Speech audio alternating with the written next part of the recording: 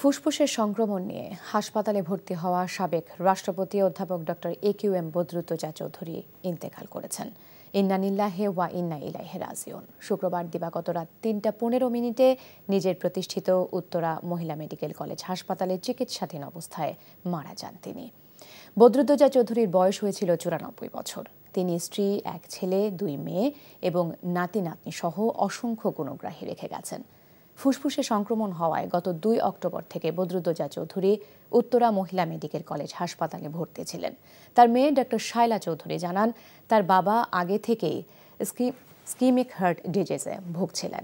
বৃহস্পতিবার রাত থেকে তিনি লাইফ সাপোর্টে ছিলেন। খ্যাতিমান চিকিৎসক ও প্রবীণ এই রাজনীতিবিদ বদরুদ্দোজা চৌধুরী ১৯৩০ সালের ১১ অক্টোবর মুন্সিগঞ্জের শ্রীনগর উপজেলার মজিদপুর দয়াহাটায় জন্মগ্রহণ করেন। তার বাবা অ্যাডভোকেট কফিল উদ্দিন চৌধুরী কৃষক প্রজা পার্টি সহ সভাপতি, যুক্তফ্রন্টের সাধারণ সম্পাদক ও তৎকালীন পূর্ব পাকিস্তানের প্রাদেশিক মন্ত্রিসভার সদস্য ছিলেন। বি চৌধুরী শহীদ রাষ্ট্রপতি জিয়াউর রহমানের অনুরোধে ১৯৭৮ সালে রাজনীতি শুরু করেন। তিনি মুন্সিগঞ্জের শ্রীনগর থেকে ১৯৭৯ সালে প্রথম সংসদ সদস্য নির্বাচিত হন এবং ক্যাবিনেট মন্ত্রীর দায়িত্ব পালন করেন। ১৯৯১ সালে তিনি দ্বিতীয়বার সংসদ সদস্য নির্বাচিত হন এবং প্রথমে শিক্ষামন্ত্রী ও পরে সংসদ উপনেতা হন। ১৯৯৬ সালে তিনি সংসদে বিরোধী দলীয় উপনেতার দায়িত্ব পালন করেন। সবশেষ ২০০১ সালে তিনি পুনরায় সংসদ সদস্য নির্বাচিত হন এবং একই বছরের অক্টোবর থেকে নভেম্বর পর্যন্ত বিএনপি সরকারের পররাষ্ট্রমন্ত্রী ছিলেন। অধ্যাপক একিউএম বদরুদ্দোজা চৌধুরী ২০০১ সালের ১৪ নভেম্বর বাংলাদেশের রাষ্ট্রপতি নির্বাচিত হন। ২০০২ সালের ২১ জুন রাষ্ট্রপতির পদ থেকে ইস্তফা দেন। ২০০৪ সালের ৮ মে বি চৌধুরী বিকল্পধারা বাংলাদেশ নামে একটি রাজনৈতিক দল প্রতিষ্ঠা করেন।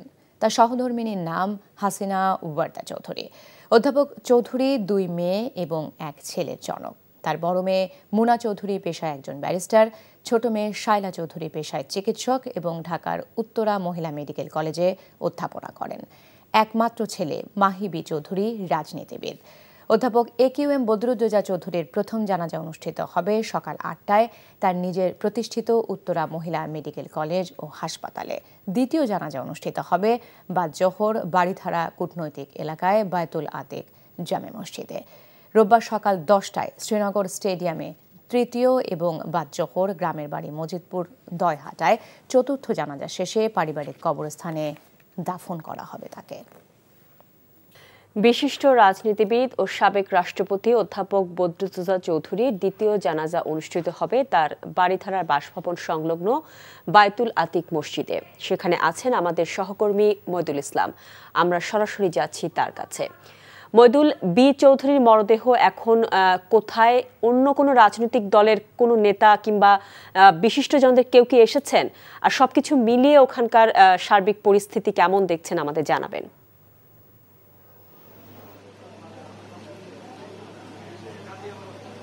হ্যাঁ শাওন, উত্তরার যে প্রথম দফার যে জানাজা, সেই জানাজার শেষে সকাল 10টার দিকে সাবেক রাষ্ট্রপতি অধ্যাপক ডক্টর একিউএম বদরুদ্দোজা চৌধুরীর নিজ বাসভবন, যে বাড়িধারা যে বাসভবন, সেখানে আনা হয়েছে। এই মুহূর্তে তার মরদেহ মূলত তার পরে এখানে যে মসজিদ, সেখানে জানাজা দ্বিতীয় দফার জানাজা অনুষ্ঠিত হবে। তো আমরা এখানে আসার পরে দেখছি যে তার মরহুমের স্বজনরা এবং তার পরিচিত বন্ধু বান্ধব এবং তার দীর্ঘদিনের রাজনৈতিক যে সহকর্মীরা আছে তারা এখানে এসেছেন। পরিবারের সদস্যদের জানিয়েছেন এখানে আছেন তার পুত্র, মোহাম্মদ পুত্র মাহিদি চৌধুরী, তিনিও আছেন এবং তাকে সমবেদনা জানাচ্ছেন এবং অন্যান্য যারা পরিবারের সদস্য আছে তারা আছেন। এবং আমরা দেখতে পাচ্ছি বিভিন্ন রাজনৈতিক দলের মধ্যে তাদের যে নিজ দল বিকল্প দ্বারা তাদের নেতা কর্মীরা এসেছেন এবং বিএনপির স্থায়ী কমিটির সদস্য ডক্টর মঈন খান, তিনিও এসেছিলেন এখানে এসেছিলেন। এছাড়াও অন্যান্য রাজনৈতিক দলের নেতাকর্মীরা রয়েছে। আসলে অধ্যাপক ডাক্তার একিউএম বদরুদ্দোজা তিনি দীর্ঘদিন রাজনৈতিক সাথে জড়িত ছিলেন। তিনি মূলত চিকিৎসা পেশায় যুক্ত থেকেই ১৯৭৮ সালে মূলত জিয়াউর রহমানের হাত ধরে তিনি বিএনপি রাজনীতিতে আসেন এবং রাজনৈতিক যে ক্যারিয়ার সেখান থেকে শুরু হয়। এরপরে তিনি মুন্সিগঞ্জ থেকে একাধিকবার সংসদ সদস্য নির্বাচিত হন এবং 2001 সালে বিএনপি সরকার গঠন করার পরে তিনি রাষ্ট্রপতি নির্বাচিত হয়েছেন। তারপরে পর্যায়ে গিয়ে তিনি বিকল্প ধারা নামে রাজনৈতিক দল গঠন করেছেন। তো সেই দলের অসংখ্য নেতাকর্মীরাও আমরা দেখতে এসেছি এবং তাদেরকে দলের নেতাকর্মীদের মধ্যে এক ধরনের শোকের ছায়া নেমে এসেছে। কারণ এই বিকল্প ধারার যে রাজনৈতিক দল এটার প্রতিষ্ঠাতা এবং বলা যায় বত বৃক্ষ হলো এই যে অধ্যাপক ডাক্তার একিউএম বদরুদ্দোজা। শারদীয় দুর্গোৎসবকে ঘিরে সারা দেশে মণ্ডপে মণ্ডপে চলছে সাজ রব।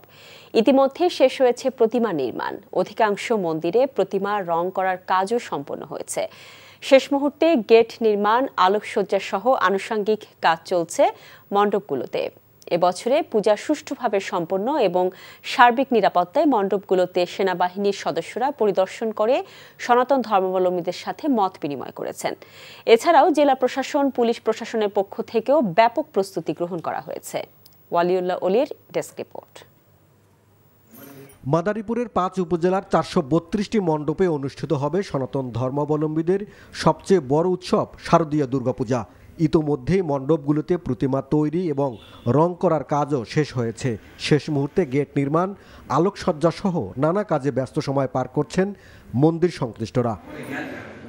জেলা প্রশাসন, পুলিশ প্রশাসন ও সেনাবাহিনীর পক্ষ থেকে পূজা সুষ্ঠুভাবে সম্পন্নের লক্ষ্যে ব্যাপক প্রস্তুতি গ্রহণ করায় চারদিকে উৎসবের আমেজ বিরাজ করছে। সেনাবাহিনীর সদস্যরা প্রতিটি মণ্ডপে গিয়ে পরিদর্শন করছেন ও সনাতন ধর্মাবলম্বীদের সাথে মত বিনিময় করছেন। এবার প্রতিটি পূজা মণ্ডপে সিসি ক্যামেরা বসানো বাধ্যতামূলক করেছে জেলা প্রশাসন। 3 শতাধিক প্রতিমা নিয়ে দুর্গাপূজার প্রস্তুতি শেষ করেছে রাধা গোবিন্দ সেবাশ্রম নিমতলা মন্দির। এই পূজা মণ্ডপের দর্শনার্থী শুধু বাংলাদেশ নয়, ভারত থেকেও অনেকে এখানে আসেন পূজারী হিসাবে। এখানে বছর জুড়ে নানা ধর্মীয় অনুষ্ঠান ও পূজা অর্চনা হয়ে থাকে। শিশুদের ধর্মীয় শিক্ষা দেবারও ব্যবস্থা রয়েছে এখানে। আগের বছরের তুলনায় এবার অনেক পুতুল হয়েছে, আবার সুন্দর দৃষ্টিভঙ্গি, অনেক কারুকলামও হয়েছে। আমাদের একটা মনোমুগ্ধকর পরিবেশ। বেড়ছি নিমতলা। আমাদের 12 মাসে 13 পার্বণ যতগুলো অনুষ্ঠান সবকিছু এখানে হয়, বিশেষ করে চৈত্র মাসে মহানাম যজ্ঞ। এছাড়া নেত্রকোনায় 468টি মণ্ডপে উদযাপিত হবে দুর্গাপূজা। বুধবার ষষ্ঠী পূজার মধ্য দিয়ে শুরু হবে শারদীয় দুর্গোৎসবের মূল আনুষ্ঠানিকতা, আর রোববার বিসর্জনের মধ্য দিয়ে বিদায় নেবেন দেবী দুর্গা। ওয়ালিউল্লাহ অলি, এনটিভি নিউজ ডেস্ক। পূজার খবর জানতে এখন যাচ্ছি নেত্রকোনায়। সেখানে আছেন আমাদের স্টাফ করেসপন্ডেন্ট ভজন দাস। ভজন, পূজার প্রস্তুতি কেমন দেখছেন?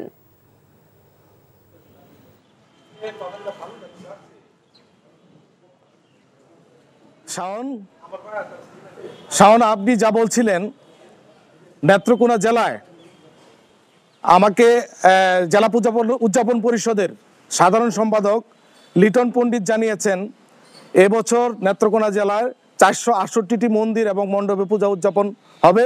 আমি এই মুহূর্তে দাঁড়িয়ে আছি নেত্রকোনা জেলা শহরের নাগরা এলাকায়, যে শিব মন্দির, সেই শিব মন্দিরে এখানে পূজারীরা এবং যারা মূর্তির কারিগর এবং ডেকোরেশনের কারিগর, তারা ডেকোরেশনে কাজ করছে। আমি আপনাকে দেখাতে চাই তাদের কাজ। এই মুহূর্তে কাজ চলছে, তারা কাজে ব্যস্ত আছেন।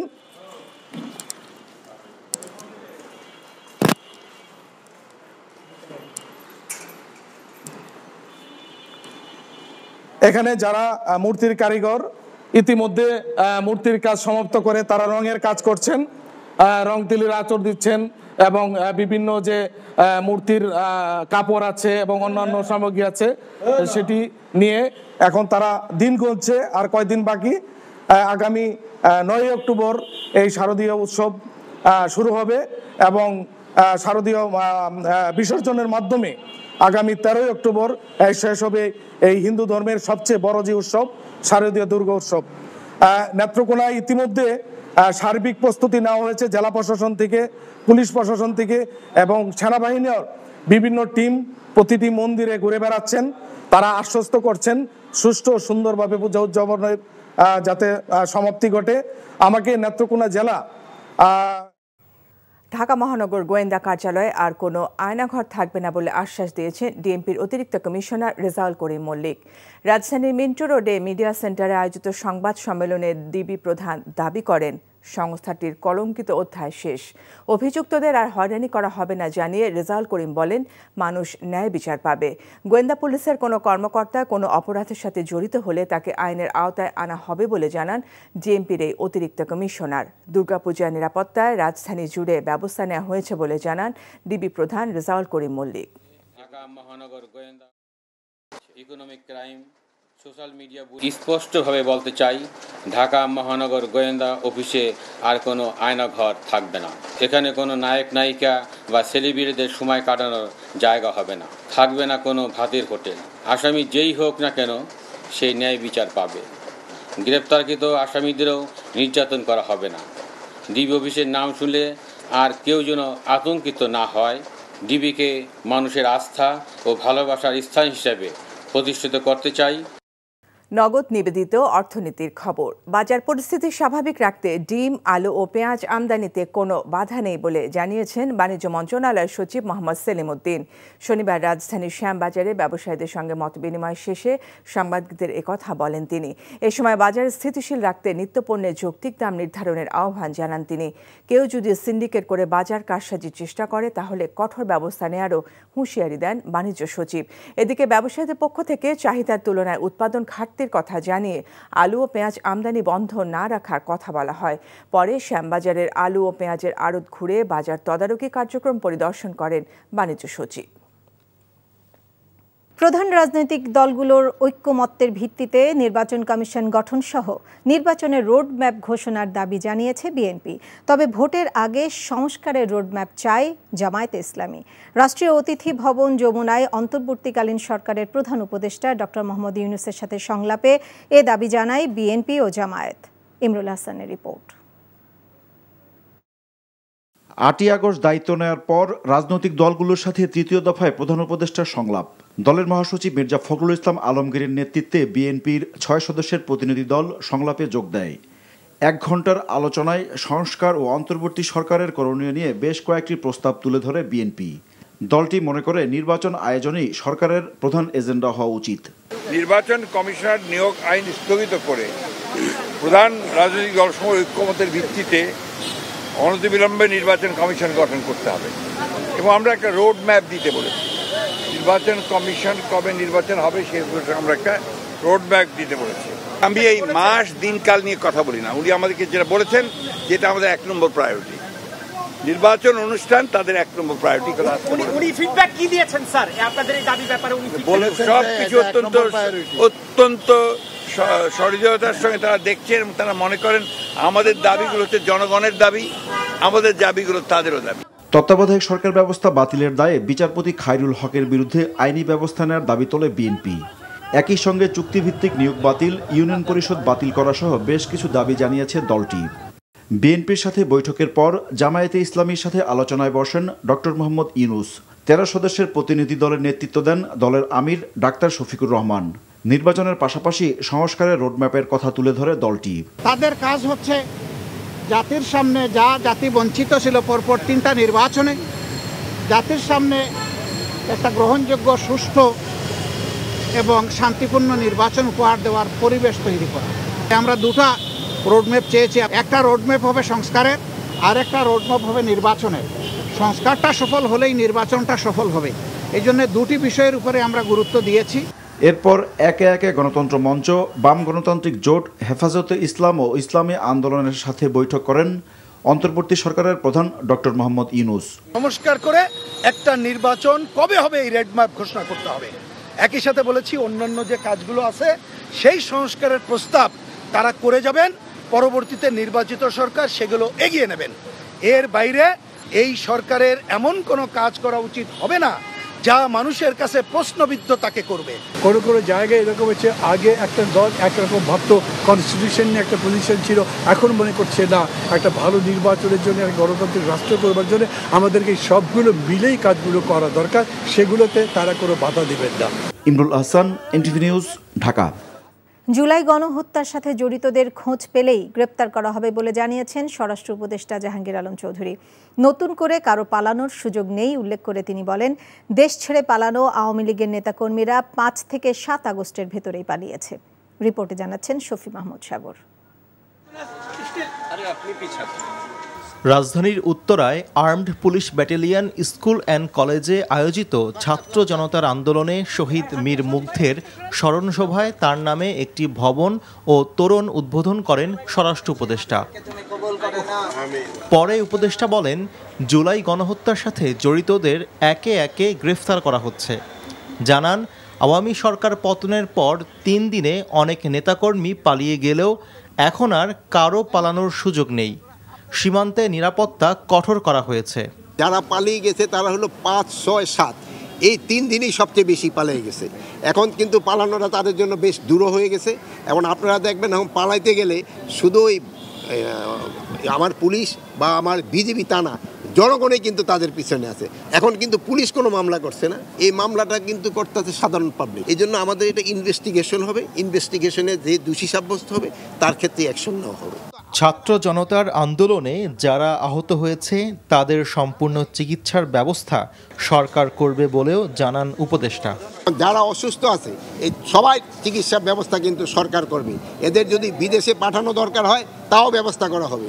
এটার জন্য কোনো কিছুতে কোনো রকম কার্পণ্য করা হবে না। বিদেশ থেকে ডাক্তার আনা হবে, তারাও যদি কেউ সাজেস্ট করে যে এদের কাউকে বিদেশে নিয়ে যাওয়া দরকার, তাকে বিদেশে নিয়ে যাওয়া হবে। যাদের বিরুদ্ধে মামলা হয়েছে সরকার তাদের খুঁজছে জানিয়ে স্বরাষ্ট্র উপদেষ্টা বিগত সরকারের সাবেক এমপি মন্ত্রীদের ধরতে সবার সহযোগিতা চান। শফি মাহমুদ সাগর, এনটিভি নিউজ, ঢাকা। হিন্দু সম্প্রদায় যেন নির্বিঘ্নে দুর্গাপূজা উদযাপন করতে পারে সেজন্য সারা দেশে সেনাবাহিনী নিয়োজিত আছে বলে জানিয়েছেন সেনাবাহিনী প্রধান জেনারেল ওয়াকারুজ্জামান। বিকেলে রাজধানীর ঢাকেশ্বরী মন্দির পরিদর্শনে গিয়ে তিনি একথা বলেন। নজরানা চৌধুরীর রিপোর্ট। কয়েকদিনের মধ্যেই শুরু হচ্ছে বাঙালি হিন্দু ধর্মাবলম্বীদের বৃহত্তম উৎসব দুর্গাপূজা। ঢাকের তালে দুর্গাদেবীকে সম্মান জানাবে হিন্দু সমাজ। এরই মধ্যে দেশব্যাপী পূজার প্রস্তুতি পুরোদমে শুরু হয়ে গেছে। তবে দুর্গাপূজার সময় এক ধরনের নাশকতার আশঙ্কা সবসময়ই থাকে।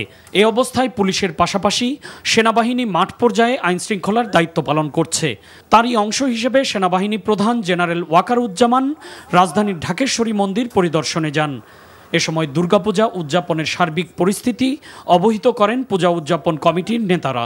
ঢাকা শহরে কিন্তু আমাদের কুমারী পূজা হচ্ছে না, কুমারী পূজা হচ্ছে মায়ের পূজা, যুগন্ত মায়ের পূজা সেখানে হচ্ছে না, কারণ নিরাপত্তা নেই। আমরা বিশ্বাস করি আপনার নেতৃত্বে আমাদের হিন্দু, বৌদ্ধ, খ্রিস্টান পূজা যেতে সবাই শান্তিতে থাকবে। সেনাবাহিনী প্রধান নিরাপত্তা পরিস্থিতি নিয়ে বেশ কিছু পরামর্শ দেন। বলেন, আবহমান কাল ধরে বাংলাদেশের মুসলমান, হিন্দু, বৌদ্ধ ও খ্রিস্টান সম্প্রদায়ের মানুষ একসাথে বসবাস করেছে এবং নির্বিঘ্নে নিজেদের উৎসব পালন করেছে। আপনারা নির্ভয়ে আপনাদের পূজা মণ্ডপে যাবেন, আপনাদের এই পূজা করবেন, ভয় পাওয়ার কোনো কারণ নাই। আমি সারা বাংলাদেশে বিভিন্ন জায়গায় আমার সেনাবাহিনী ডিপ্লয় করা হয়েছে। আমি বিশেষভাবে বলে দিয়েছি, এটাই স্বাভাবিক হওয়াই কথা ছিল যে আমরা স্বভাবতই একটা সুন্দর পরিবেশ চাই এবং সেই পরিবেশে সবাই আপনাদের এই পরবটা আপনারা উদযাপন করবেন। পূজা উদযাপন কমিটির নেতারা ছাড়াও পুলিশ প্রশাসন ও সেনাবাহিনীর ঊর্ধ্বতন কর্মকর্তারা এ সময় মন্দিরে উপস্থিত ছিলেন।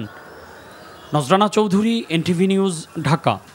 আওয়ামী লীগকে বিচারের সম্মুখীন না করে তাদের রাজনীতি করার সুযোগ দেওয়া হবে না বলে জানিয়েছেন বৈষম্য বিরোধী ছাত্র আন্দোলনের অন্যতম সমন্বয়ক হাসনাত আব্দুল্লাহ। দুপুরে রাজধানীর রাওয়াব কনভেনশন সেন্টারে বৈষম্যমুক্ত সশস্ত্র বাহিনী বিষয়ক সেমিনারে একথা বলেন তিনি। সেমিনারে আরেক সমন্বয়ক সার্জিস আলম বলেন, ফ্যাসিস্টদের দোসরদের বিরুদ্ধে ব্যবস্থা নিতে হবে। যারা প্রত্যক্ষ ও পরোক্ষভাবে আওয়ামী লীগকে সহযোগিতা করেছেন তাদের বিরুদ্ধে এই সরকারকেই ব্যবস্থা নিতে হবে। সেমিনারে রাজনৈতিক বৈষম্যের শিকার সাবেক সামরিক অফিসাররা বৈষম্যহীন ও পেশাদার সামরিক বাহিনী গঠনের গুরুত্ব তুলে ধরেন। এ সময় সামরিক বাহিনীতে রাজনৈতিক হস্তক্ষেপ বন্ধে 3 দফা দাবি জানানো হয়।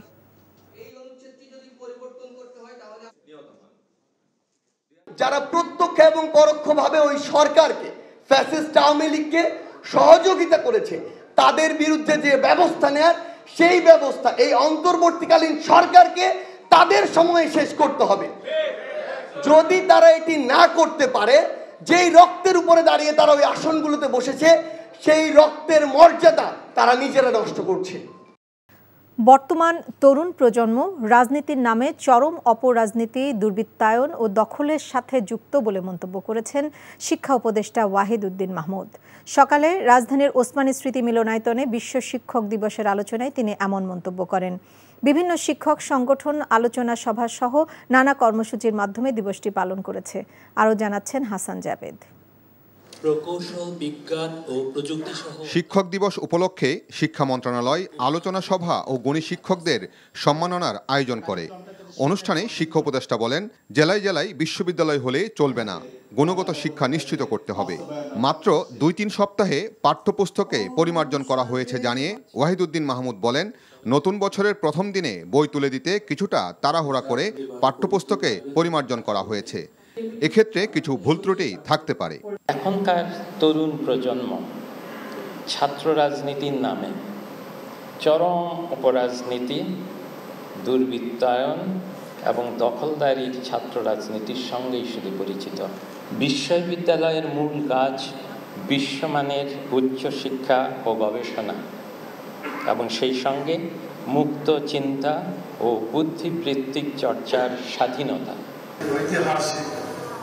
এদিকে জাতীয় প্রেস ক্লাবে বাংলাদেশ আদর্শ শিক্ষক ফেডারেশন আয়োজিত আলোচনা সভায় জামায়াতে ইসলামীর নায়েবে আমির অধ্যাপক মুজিবুর রহমান অন্তর্বর্তী সরকারের উপদেষ্টাদের ইসলামী ভাবধারা মেনে চলার আহ্বান জানান।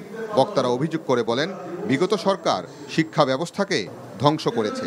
সকল উপদেষ্টা দেশের মেজরিটি মানুষের যে আদর্শ, ইসলামী আদর্শ, এই আদর্শের চিন্তা চেতনার অনুযায়ী তারা দেশকে পরিচালনা করবে, সেভাবেই চিন্তা করবে।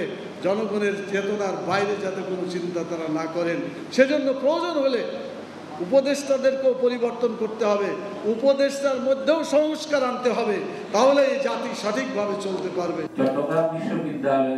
জাতীয় প্রেস ক্লাবে বাংলাদেশ শিক্ষক সমিতি ফেডারেশন আয়োজিত আলোচনা সভায় বক্তারা বলেন, শিক্ষকরা জাতি গঠনে মূল ভূমিকা পালন করে, অথচ তাদের বেতন কাঠামোতে এখনও বৈষম্য বিরাজ করছে। দ্রুত এই বৈষম্য নিরসনের দাবি জানানো হয়। Hasan Javed, NTV news, Dhaka. পুলিশকে দলীয়ভাবে ব্যবহার করা হবে না, সেই বিষয়ে রাজনৈতিক সদিচ্ছা খুব জরুরি। এই সদিচ্ছা ছাড়া পুলিশের সংস্কার করলেও তা কাগজে কলমেই হবে। দুপুরে আন্তর্জাতিক মাতৃভাষা ইনস্টিটিউটে ভয়েস ফর রিফর্ম আয়োজিত মেরামত ও আলাপ অনুষ্ঠানে বক্তারা এসব কথা বলেন। অতীতের সরকারগুলো তাদের রাজনৈতিক প্রয়োজনে পুলিশকে ব্যবহার করেছে। পুলিশের কিছু অফিসারও সেই সুযোগ নিজের স্বার্থ হাসিল করেছে। পুলিশের সাবেক ঊর্ধ্বতন কয়েকজন কর্মকর্তা এবং আইনজীবীরা পুলিশের পুরনো আইনগুলো সংশোধনেরও প্রস্তাব করেন। পুলিশ নিয়োগে স্বচ্ছতা আনারও আহ্বান জানান বক্তারা।